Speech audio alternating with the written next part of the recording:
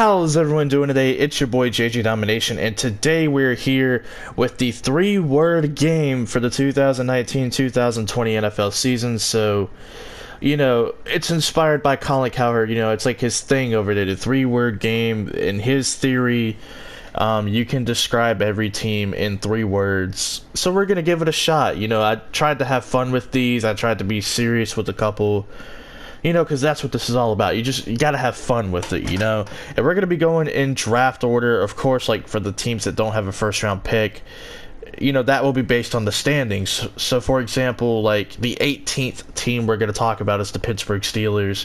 We won't be talking about Miami twice. You know what I'm saying? So, hopefully it makes sense. We're going based on draft order / like the standings of where everyone finished.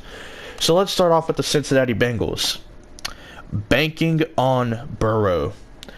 This team went 1-15. I don't even know if Zach Taylor's a good coach or not.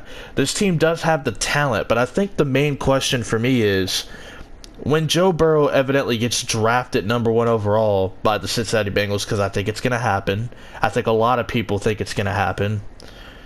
Is Joe Burrow going to be a talent elevator or a guy that has to be elevated by talent? And I think that's the real question, because if he needs to be elevated by talent, then Cincinnati's going to have to get more aggressive and try to bring in better free agent players to surround Joe Burrow. If Burrow can elevate the talent, then you got yourself a stud at quarterback, and you got yourself a guy who isn't really too dependent on a lot of different variables. So for Cincinnati, they're banking on Burrow. The Washington Redskins, change was needed. This team ended up firing Jay Gruden. They had an interim head coach for a bit, Bill Callahan. He was okay, not too bad. They bring in Ron Rivera, former Carolina Panthers head coach. They bring in Jack Del Rio as the defensive coordinator who has experience coaching for Jacksonville and Oakland, notably. So they got some veteran tough guys in the building. This team on defense is built in the trenches. They're tough. But change is definitely needed. And we'll see what Dwayne Haskins can do in year 2. Year 1, he didn't look like he was ready to play. He probably should have been redshirted the entire year. But we'll see. I think it'll be interesting. This team in a few years could be, winning the NFC East. You never know. I like the hires. I like the defensive front. I think you can shore up that secondary and the offensive line and get a couple more receivers, a couple more veteran guys in there. I think you got something there, Washington. Detroit Lions, verge of imploding. Bob Quinn, Matt Patricia basically being given 1 more year. The owner wants them to be contending for the playoffs. They haven't done that in a little bit. But Matthew Stafford was playing his best football since the 2014 season, and he went down with an injury. The team was 3-4-1, and I don't think they won a single game since. I mean, the Lions are they're terrible. They're bad. They're really bad, which is why they're picking 3rd overall. There's an interesting discussion going around. Should the team trade Matthew Stafford? I think it's a year too early. He was just playing his best football in a while. I think you keep him for another year and then test the market. This quarterback market is going to be flooded. I think you save Stafford for another year. Try it next year when Patricia and Quinn are ultimately gone, because I don't think they'll be competing for the playoffs. Just my early opinion on Detroit. The New York Giants. Don't judge them. It could be a double meaning because they have Joe Judge as their head coach. But last year we looked at their draft and we were like, what the hell are they doing? They took Daniel Jones over Haskins. Really? Little did we know, Daniel Jones was ready to play. Haskins wasn't. Then they take Dexter Lawrence, a nose tackle, at 17 overall. What are you doing? The position is just as easy to find as running back. Dexter Lawrence was one of the 12 best rookies of the year, in my opinion. If we're going based on performance and rankings and all that, he was really good. But looking at this team, I mean, they got a lot of things they need to fix. And I think over the next 2 years, if they can just focus on, improving in those areas and continue to grow and, Daniel Jones and whatnot, like, they could be decent, better than what they've been. keep an eye on the Giants. It could be interesting over there. How about the Miami Dolphins? Love their culture. I like the fact that Brian Flores has this team playing hard on defense. Their offense, it's Ryan Fitzmagic just running wild, trying to do what he can. I like the culture they have in Miami. They have a ton of assets, a ton of picks. If they make a couple of roster moves, they'll have about 96, 97 million in cap, which, is a lot. They could do a lot of damage with that. Look out for Miami. They have a lot of assets, and out of all of the bad teams, they have the best shot of being pretty good in a couple years. I don't know if they will, but they have a ton of assets. Los Angeles Chargers ending this relationship.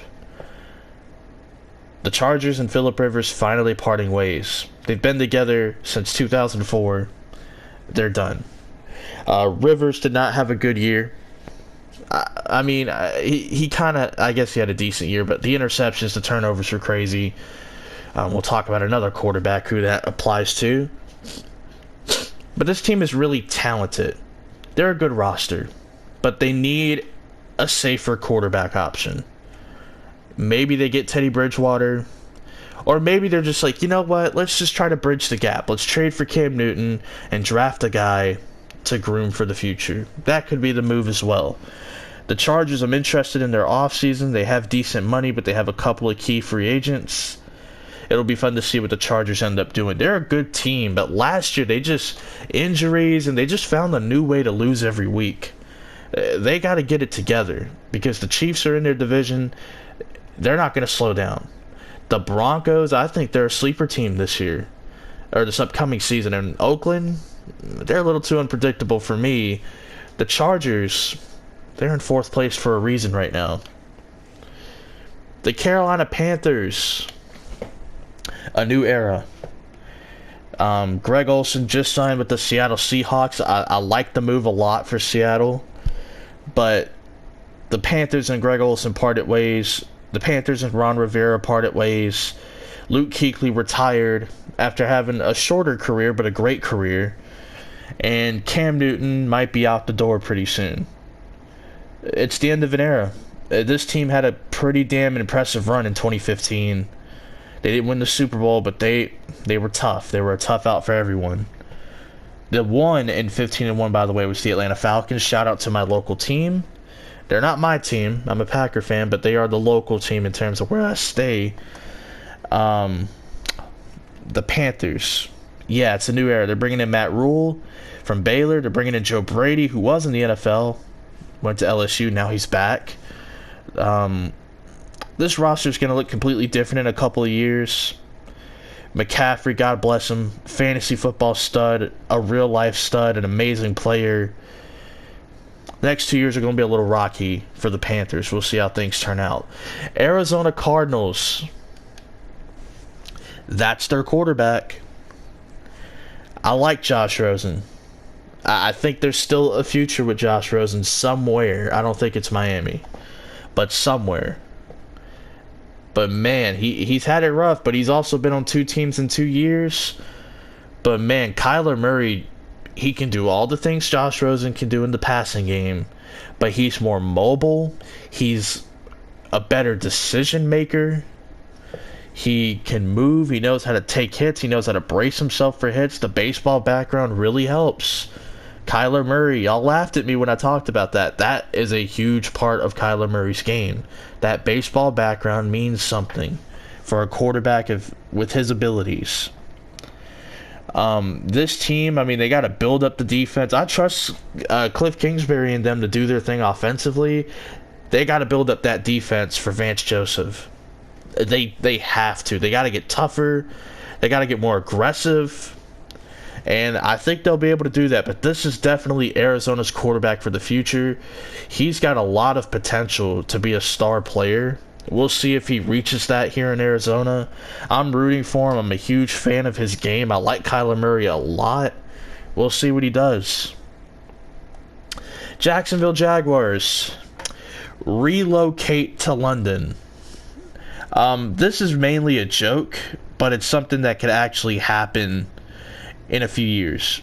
It could actually happen, and it's really a joke. Like I said, they're having a hard time selling tickets. I tried to go to a couple of games this year because I live like, I don't know, 6 hours away. Just take a little drive down there, maybe even less than 6 hours. Take a little drive down there to Jacksonville. I tried a couple of times. Stuff came up, couldn't do it, which is fine. Gardner Minshew, fun story. Is he really your franchise quarterback? Don't lie to me. Don't lie. Don't lie to yourself, most importantly. He's fun. He's exciting, but he's not all that good. He's fine. He's okay. He's kind of a low-end starter who could be an average quarterback, but he's fun. He's exciting. This team's negative in cap space. They have a premier pass rusher in Yannick Ngakoue they got to bring back.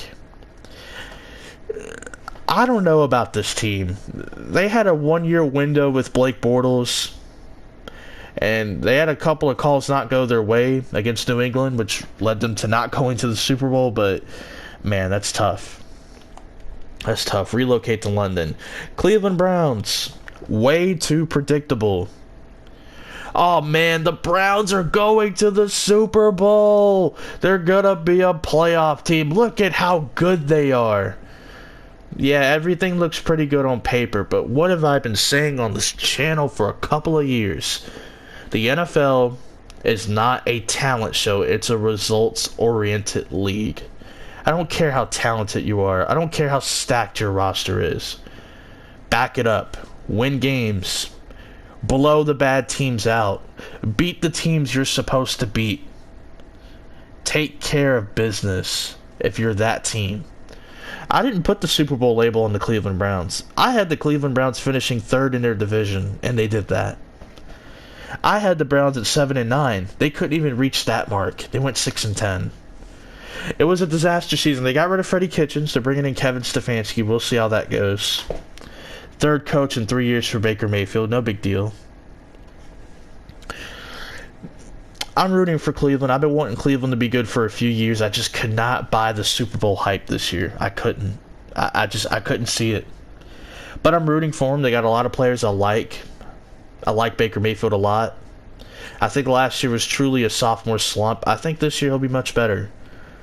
But we'll see. New York Jets. This is a corny, bad one, but I'm going to go with it because I said you had to have fun with these. Mano-y-mano. Who knows? Maybe if Sam Darnold didn't get mono, maybe they're a wild card team. You know, last year I didn't have the Jets as a playoff team or a sleeper team, none of that. Because I thought they were a year or two away. I didn't think they were ready for prime time right now. And I think next year, you know, just get Le'Veon Bell more involved, you know, help Sam Darnold on the offensive side of the ball, you know, add some pass rush to the defense, you know, like, the Jets aren't a bad football team. They could win 9 games next year, but I'm not 100% sure about that. You know, like, we'll see. They're just a we'll see type of team. The Las Vegas Raiders, got to get used to that. Entertaining train wreck. From all the AB news to the spectacle of having John Gruden coaching, I picked Oakland to win a lot of, like, upsets of the week. And they did, for the most part. I picked them to beat Chicago. I picked them to beat Indianapolis. I'm pretty sure I picked them to beat another team. I just can't think of it. I picked Oakland a lot in these upsets of the week, and they came through. They came through. I think I only got one wrong on Oakland on their entire schedule. So I did a good job of predicting Oakland to be somewhat decent. I thought their ceiling was 7-9. They hit the ceiling. They're entertaining. They have money to play with. I think the draft is going to be huge for them again. I thought their draft was okay last year. Cleveland Farrell, it felt like a little bit of a reach, I'll be honest. But who knows? Maybe he has a better year 2. Maybe he's a better year 2 type of guy. Indianapolis Colts. Definition of average. There's nothing wrong with being average, except you just can't expect much. Brissett, he's fine. He's kind of an average quarterback, but I like Jacoby Brissett. I think he's good enough. I mean, this team went what, 7-9 last year. Like, they're good enough. They went 7-9 with Jacoby Brissett, without having that many weapons on offense, with their defense being worked around with different moving parts. It's not bad. I think, yeah, you can get a better quarterback, or maybe you can groom a quarterback for the future. That's a possibility. Brissett's not bad. He's a quality backup, but he's kind of an average guy when it comes to quarterbacks. But he's a really good backup. Like, if my quarterback went down, and for the next 6 weeks I got to win with Jacoby Brissett, I'd feel good about my chances, because I think he's that good of a backup. But this team's the definition of average. Tampa Bay Buccaneers, 30 for 30. Jameis Winston's the first quarterback in NFL history to throw for 30 touchdowns and 30 interceptions. He's going to have LASIK eye surgery. In all seriousness, I hope it goes well. Eyesight's nothing to joke with. You know, some of the memes are funny, but it's something you should take serious. I don't even know if he'll be back next year. If it were me, I'd give Jameis Winston a 2-year deal. You know, I would. I think he showed a lot last year that he could be the quarterback of the future, but he also showed a lot of, what are you doing? This is XFL quality. What are you doing, Jameis? And I'm not taking a shot at the XFL when I say that, but you expect NFL caliber quarterbacks to not make that mistake. And then you see, like, Jameis making a lot of bad throws. It just throws you off, man. But I like what they're doing on defense. I love the Todd Bowles hire. I was a fan of that. Bruce Arians, I like it, but he's a little stuck in his ways. He doesn't use the tight end as much. I think in this league, you got to have an option over the middle other than your slot receiver, so you better start using the tight end. But I don't know. 30 for 30. That's Jameis. Denver Broncos, the late bloomers. They won 5 out of their last 7 games after starting the season 0-4. Their premier pass rushers, Bradley Chubb and Von Miller, went 3 games without getting a sack in the opening 3 games. And, like, combined for, like, less pressures than Rashawn Gary, who barely played, which is just crazy. Yeah, very interesting. Just very interesting team right here. They're kind of middle of the road, but they started to turn it on late last year. Drew Lock, it seems like he's giving this team some juice, which is exactly what you want your young backup, who's now going to be the starting quarterback, to do. I'm excited for this team. They got a couple of big free agents, Chris Harris, Justin Simmons. It looks like Chris Harris won't be coming back. Justin Simmons, I think, is a huge priority, could get a big payday. But Denver, you know, I trust Vic Fangio on that side of the ball to figure it out defensively. You got to build up the offense. Go get another receiver. Go get some offensive line depth. And I think you're cool. You got to do what you can to help Drew Lock. I wasn't the biggest Drew Lock fan when the draft time came about, but I wasn't the biggest fan of Sam Darnold either, and he's starting to grow on me. So maybe Drew Lock is that kind of guy that's going to grow on me over time. The Atlanta Falcons, still hanging on. I thought they should have let go of Dan Quinn. They didn't. Okay, I support that. I'm with it. I actually do like Dan Quinn, but I think 2 disappointing years back-to-back for a team that is built to win now, that's a fireable offense. It happened to Mike McCarthy, who's a pretty damn good coach. He ain't terrible. He just has to adapt with the times, and I think he will in Dallas, but we'll see. We'll talk about Dallas here shortly. The Falcons, it feels like, are still hanging on. They're cap-strapped. They have a lot of contracts on that team. Some of them they just can't cut. They can't move off of. I'll be covering their offseason in a future video, though. They got a couple of free agents. They're in the middle of the draft. They're picking 16th overall. Who knows what's going to happen? They do have an extra second-round pick. I'm excited to see what direction they go in with the draft. Are they going to draft players for now, or are they going to look towards the future? What's going to happen? I'm a little intrigued by the Falcons and what they could do. But this team's still hanging on. I think another disappointing season Dan Quinn, it feels like he's on the hot seat. But if they have another 2 years like this, where they're kind of middle of the road, not making much progress, I think they're going to have to blow this thing up. They're still hanging on. The Falcons, if I had a second favorite team, this would be it. I live here, local. My best friend Aaron took me to a training camp. So I have a little investment in the Falcons. I live here, okay? But, damn, it feels like y'all are hanging on. Dallas Cowboys. $90 million. That Zeke contract is going to create a ton of obstacles for the Dallas Cowboys.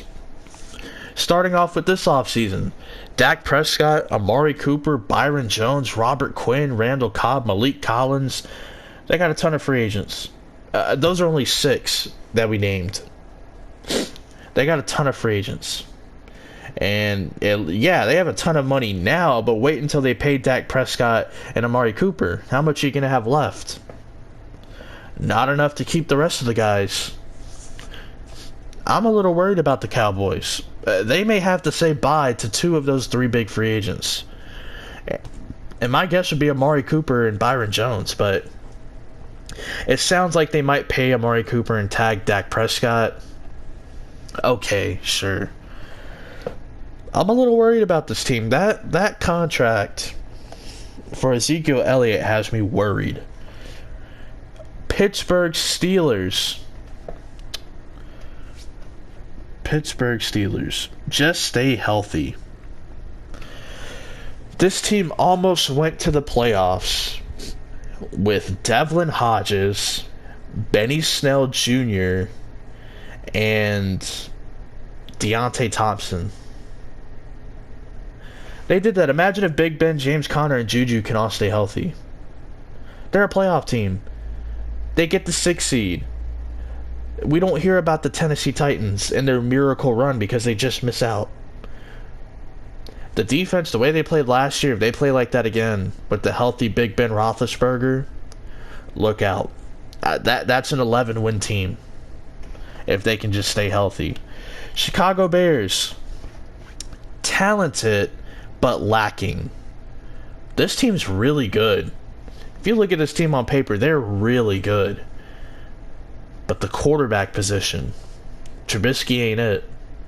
You've been telling yourself for 3 years, it's okay. You know, we didn't get Mahomes. We didn't get Watson. We didn't address quarterback in 2018 because we already got one. You know, Trubisky, that's our guy. We're going to back him up.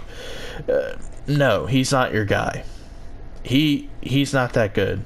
He's got good traits. He's mobile. I think he does a good job throwing the football over the middle. But as a quarterback, yeah, he's got good traits. He's got good characteristics, but he's not a good quarterback. And this team is talented but lacking. That is the big issue with Chicago. They need an upgraded quarterback.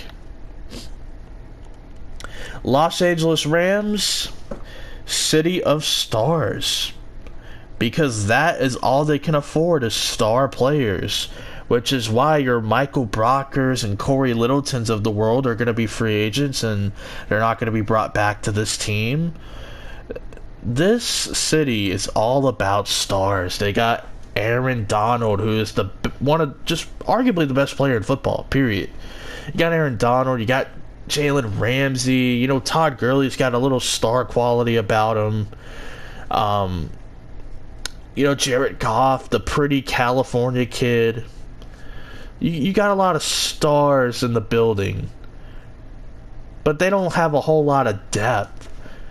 They don't have a whole lot of nice young players for cheap on their team. I mean, they got not Jonathan Abram, what's his name? Taylor Rapp. I like Taylor Rapp a lot.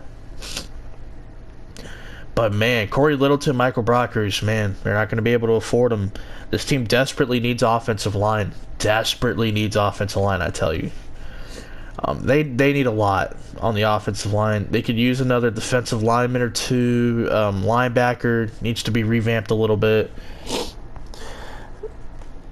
This team needs a lot. This is truly the city of stars. Philadelphia Eagles, injury-riddled season. I don't care what anyone says, this team had Super Bowl potential from the jump. But when you get injured as much as the Eagles got injured, if you suffer with as many injuries as the Philadelphia Eagles suffered, it's going to be hard to get there. They backdoored their way into the playoffs. Yes, they played in the weakest division in football this year, the NFC East. The NFC least, as some people call it.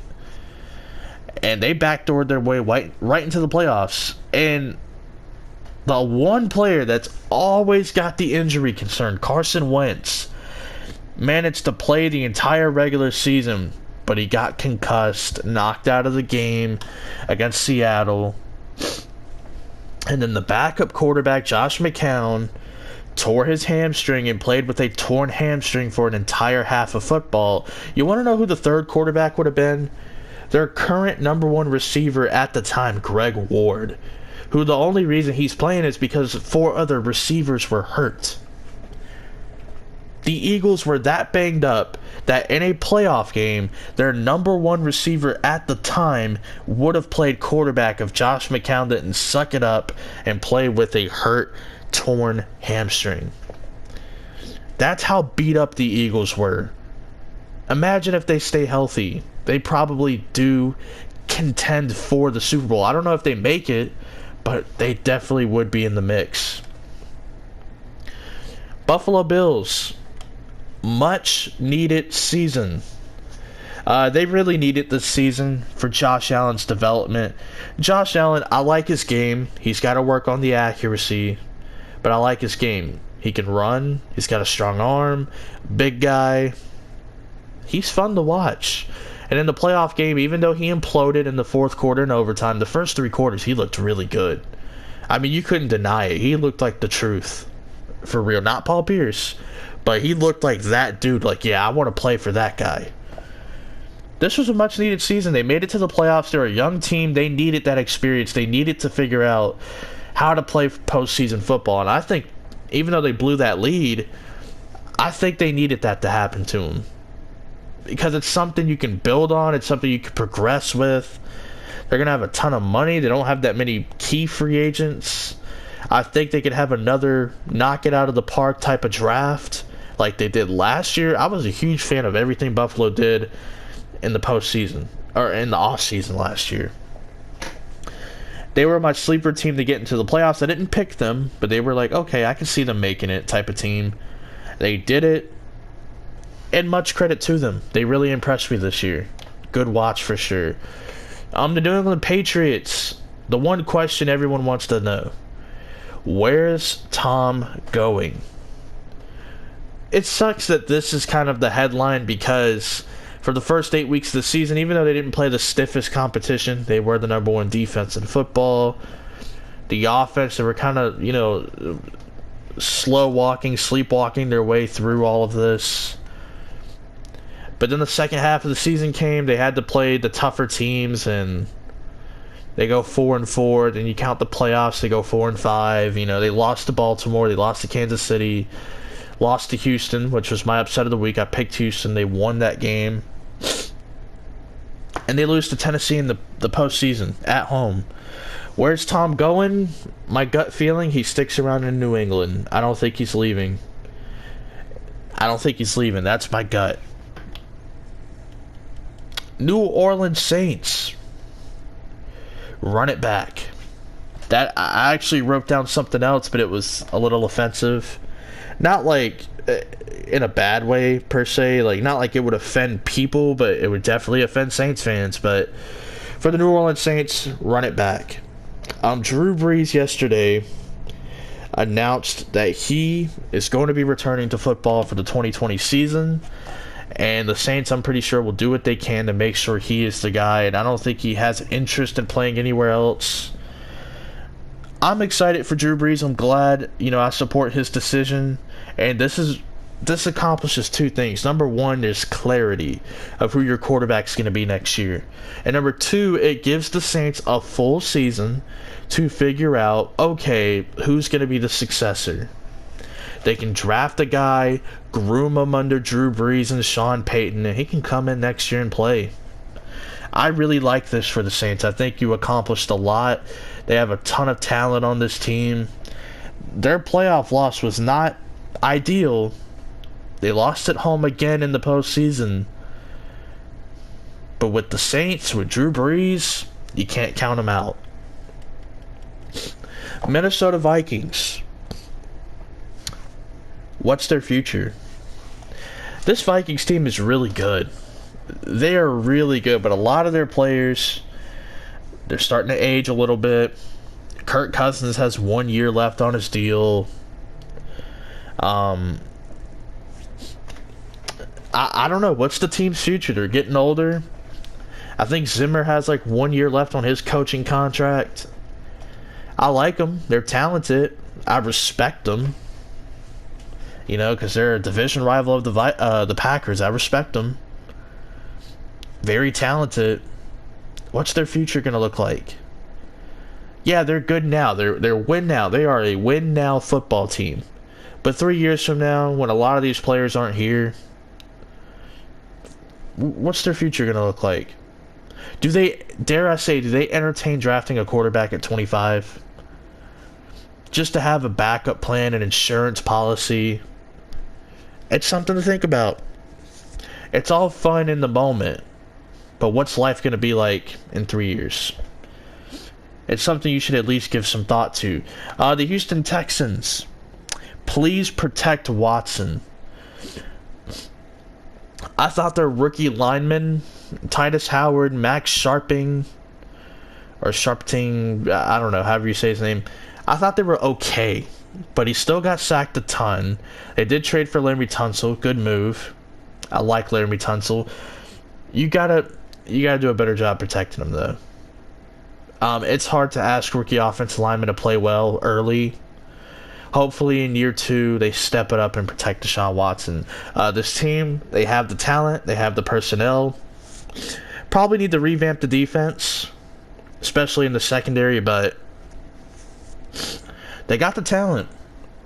They got the talent. Seattle Seahawks. Hanging in there. I feel like without Russell Wilson, I don't know where this team would be. They have a lot of issues they need to address. They recently picked up Greg Olsen at tight end for a year. He's going to be a good option for Russell Wilson. Good third down option. Good veteran. Will be in there with Will Dissly and Jacob Hollister, who was a gem last year for them. This team, they have a few free agents on the defensive line. They're going to need a stronger pass rush because I feel like a lot of those guys are going to go. You need to fix up the secondary. You need to definitely, please give this guy an offensive line. Give Russell Wilson an offensive line. I feel like they're hanging in there because of the quarterback play. Pete Carroll's a good head coach. He's going to get a lot out of these players. But I feel like they're just hanging in there because of Russell Wilson. Baltimore Ravens. I told y'all this team. I told y'all about them. The Baltimore Ravens, I had them winning the AFC North. A lot of people were like, you're crazy. You should be picking Pittsburgh. You should be picking Cleveland. No and no. Listen, I know Lamar Jackson's rookie year did not end ideally. I know, he didn't really play the best. Actually, some stats would indicate he did compared to his rookie competition. He ranked first, second, and third in a lot of different categories, but, whatever. And he didn't even play that much. I liked what I saw from this team. I liked what I saw from Lamar Jackson. I liked what I saw from the front office. The coaches they were bringing in. The players they went and splurged a little money on. The Marcus Peters trade. The draft. I liked what I was seeing from this team. And Lamar Jackson ends up winning a league MVP. Something I didn't even predict would happen. I told y'all, this was going to be the team in the AFC North. Now, next year, will that be the same? I don't know. I think Pittsburgh's coming. Cleveland, I don't even know about anymore. But Baltimore, they took full advantage of this opportunity. It sucks. The postseason did not go well for Lamar. It did not go well for the Ravens. You know, they looked rattled. They played uncomfortable football. But this is a team, you know, listen, growing pains. We talk about it with young quarterbacks. There are a lot of quarterbacks who, once they get to the postseason, it's mixed results for everybody historically. Statistics, wins and losses, it's all a mixed bag for a lot of these quarterbacks. Lamar, his stats, compared to a lot of other quarterbacks that made their first few postseason starts, you'll be surprised. His numbers ain't that bad. And that's saying something. But this team has a bright future as well. But I told y'all this was going to be the team. The Tennessee Titans. March Madness run. It felt like March Madness watching this team just take down New England, take down Baltimore, give Kansas City everything they could handle a second time around. This Titans team had a March Madness feel to them. They were fun to watch. Derrick Henry was a beast once again. Ryan Tannehill kind of came out of nowhere after 6 games to start the year for Mariota. This team had a real March Madness quality to them. And shout out to them. They deserve all the success they're getting. All right. My Green Bay Packers. Packers are flourishing. The Packers are flourishing. First year under Matt LaFleur, they go 13-3. Sure, some of their statistics are middle of the road, but they found ways to win. They constantly got pressure on the quarterback. The turnover differential favored the defense getting takeaways opposed to Aaron Rodgers turning the football over. Aaron Jones had a monster year. Devontae Adams managed to get 1,000 yards despite playing 10 games. You know, like, there's some things there. They're starting to flourish. I think year 2 will be better for Green Bay. I don't know if they go 13-3. I think 10-6 is more likely.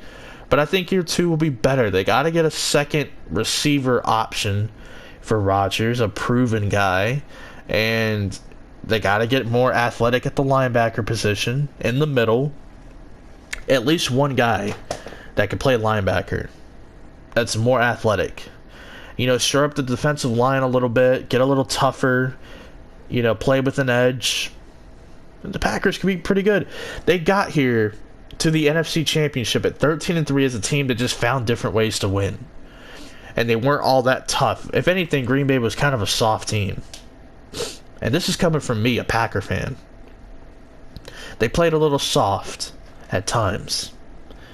They need to get tough. San Francisco 49ers. Built to last. This team is built to last. I like the scheme. I love the Kyle Shanahan scheme, actually. The wide receiver talent. Deebo Samuel, one of my guys last year in the draft, was a huge X factor for this team as the year moved on. Raheem Mostert, I loved his story. I loved how well he played. You had a lot of players emerge from this team, including Fred Warner at middle linebacker. This team, they're going to have some cap flexibility still. The Jimmy Garoppolo contract now kind of looks like a bargain compared to how ridiculously paid all these guys get. You got some good veteran players. You got a good mix of young guys and veterans. I think the 49ers are built to last. I don't think this was a one-year thing. They could easily be back here next year. And finally, your Super Bowl champion Kansas City Chiefs. The gold standard. This is the gold standard in football. Andy Reid and Patrick Mahomes. Mahomes is a hell of a quarterback talent, and if you look at his resume, he's got a hell of a resume. He's got a hell of a resume. He's already an MVP winner, Super Bowl champion, Super Bowl MVP, whether you agree or disagree with it, who cares? He's done all that before the age of 25, the only quarterback to do so. He's officially not only just an elite talent, but an elite quarterback. And if you look at this defense, sure, their defense isn't all that great. Just looking at the defense. but they played much better, and that's what I've said. The defense just has to be better than what they were, and they can win a Super Bowl. Adding Tyrann Mathieu, getting Chris Jones healthy, Frank Clark. How is the defense not going to be that good? Sure, they give up yards. I don't care about yards. Y'all know me. I'm points. I'm all about the scoreboard. Kansas City is the gold standard. I don't know how they're going to manage to keep everyone. Patrick Mahomes is going to be the highest paid quarterback by a mile whenever he's up for an extension. This is the gold standard in football. The Kansas City Chiefs. And that is your 3-word game. Hopefully you guys enjoyed. Peace out.